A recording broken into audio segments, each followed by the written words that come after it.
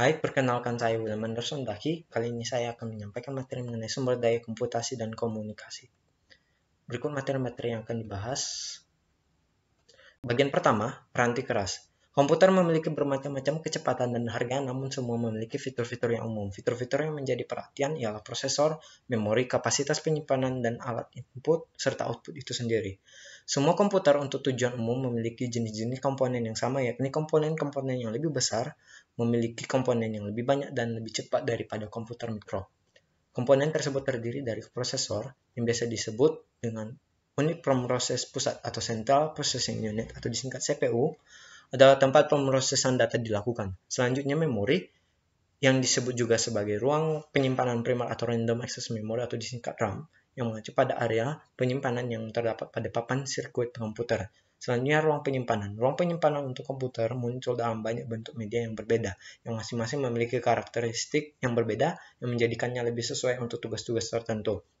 Selanjutnya alat-alat input. Input yang diterima dari manusia sangatlah penting karena memberikan satu mekanisme langsung bagi pengguna untuk mengendalikan komputer. Alat-alat input yang umum adalah keyboard, mouse, dan pemindai. Selanjutnya alat-alat output ialah suatu alat yang menyajikan dan atau mengirimkan data dari komputer kepada pengguna. Alat output yang umum adalah monitor komputer, printer CD, dan pengendali suara. Selanjutnya multimedia. Evolusi utama alat input dan output adalah menuju ke arah multimedia, yaitu penggunaan lebih dari satu media pada saat yang sama. Bagian kedua, alat-alat komputasi pribadi. Komputasi pribadi telah lama dihubungkan dengan komputer mikro. Bahkan komputer mikro pada awalnya disebut sebagai komputer pribadi atau personal komputer. Komputer mikro saat muncul pertama kali bukan tergabung dalam suatu jaringan, di mana pengguna hanya menggunakan sumber daya ini untuk keperluan komputasi pribadi. Kini masing-masing pengguna sebuah komputer mikro dapat berbagi file dan sumber lainnya ketika terhubung oleh suatu jaringan.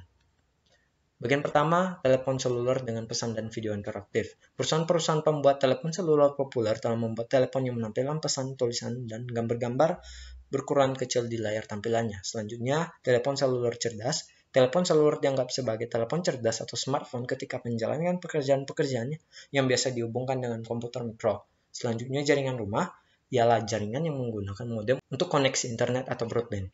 Selanjutnya, keamanan komputasi rumah. 3 aspek keamanan yang memiliki arti penting bagi komputer mikro ialah pembaruan, virus, dan spyware. Bagian ketiga, peranti lunak. Software atau perangkat lunak adalah program komputer yang berfungsi sebagai sarana interaksi atau penghubung antara pengguna atau user dan perangkat keras atau hardware. Terdapat dua jenis dasar peranti lunak, yaitu peranti lunak sistem dan aplikasi. Peranti lunak sistem dibutuhkan untuk menggunakan komputer, sedangkan peranti lunak aplikasi untuk memproses data pengguna. Peranti lunak aplikasi dapat diperoleh dalam bentuk siap pakai atau dibuat sesuai pesanan untuk pengguna tertentu. Materi selanjutnya ialah peranti lunak sistem. Peranti lunak sistem atau yang disebut juga peranti lunak sistem operasi menjalankan tugas-tugas mendasar yang dibutuhkan oleh seluruh pengguna dari satu komputer tertentu. Sistem operasi mengelola proses-proses komputer dan berfungsi sebagai suatu antarmuka yang menghubungkan pengguna, peranti lunak aplikasi, dan peranti keras. Peranti lunak aplikasi terdiri dari peranti lunak siap pakai yang diproduksi oleh pemasok dan dijual kepada pengguna, peranti lunak aplikasi khusus yang dibuat kepada sebuah organisasi yang memiliki operasi yang unik. Selanjutnya, peranti lunak yang ditulis oleh pengguna.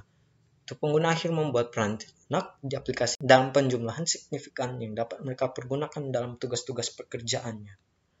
Peranan peranti lunak yang mudah digunakan pengguna.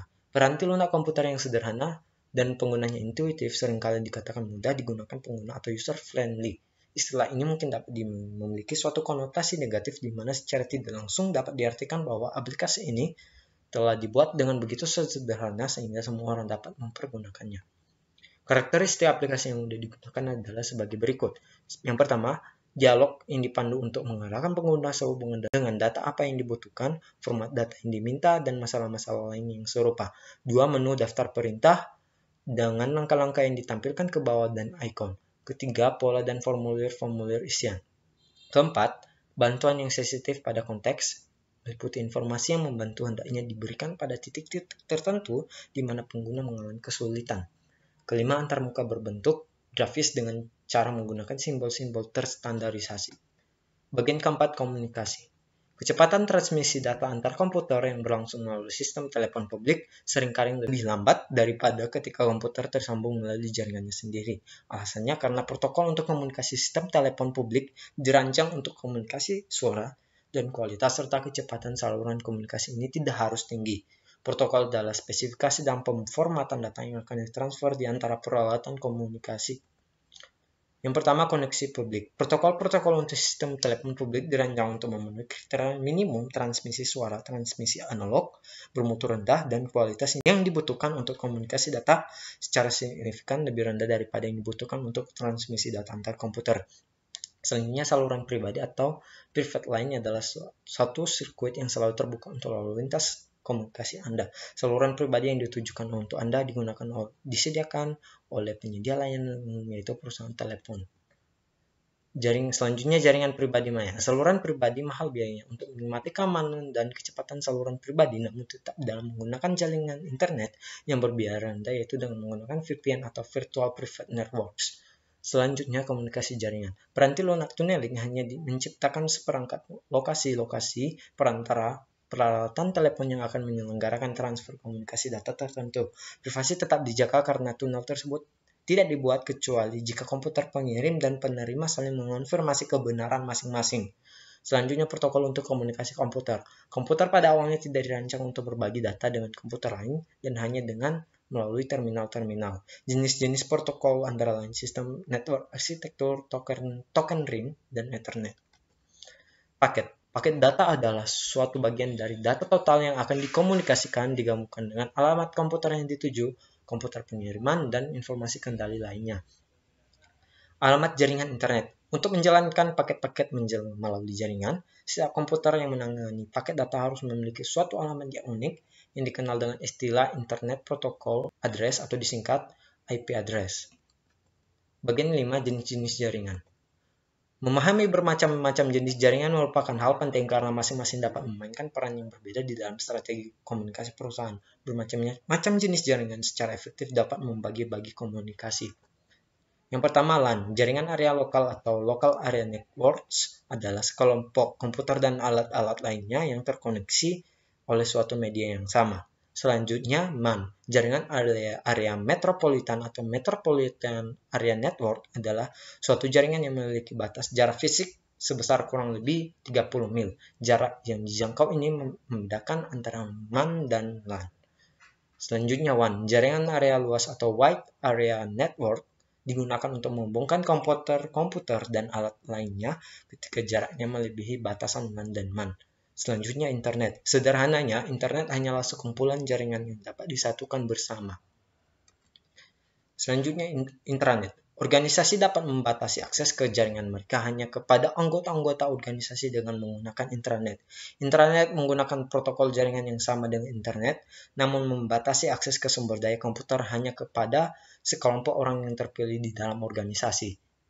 Selanjutnya, extranet. Beberapa pengguna dalam suatu jaringan yang memiliki otorisasi bisa jadi berada di luar batas perusahaan. Koneksi ke pengguna di luar perusahaan kemungkinan besar akan dapat dilakukan melalui internet. Ketika internet diperluas untuk mencakup pengguna-pengguna di luar perusahaan, maka disebut sebagai extranet.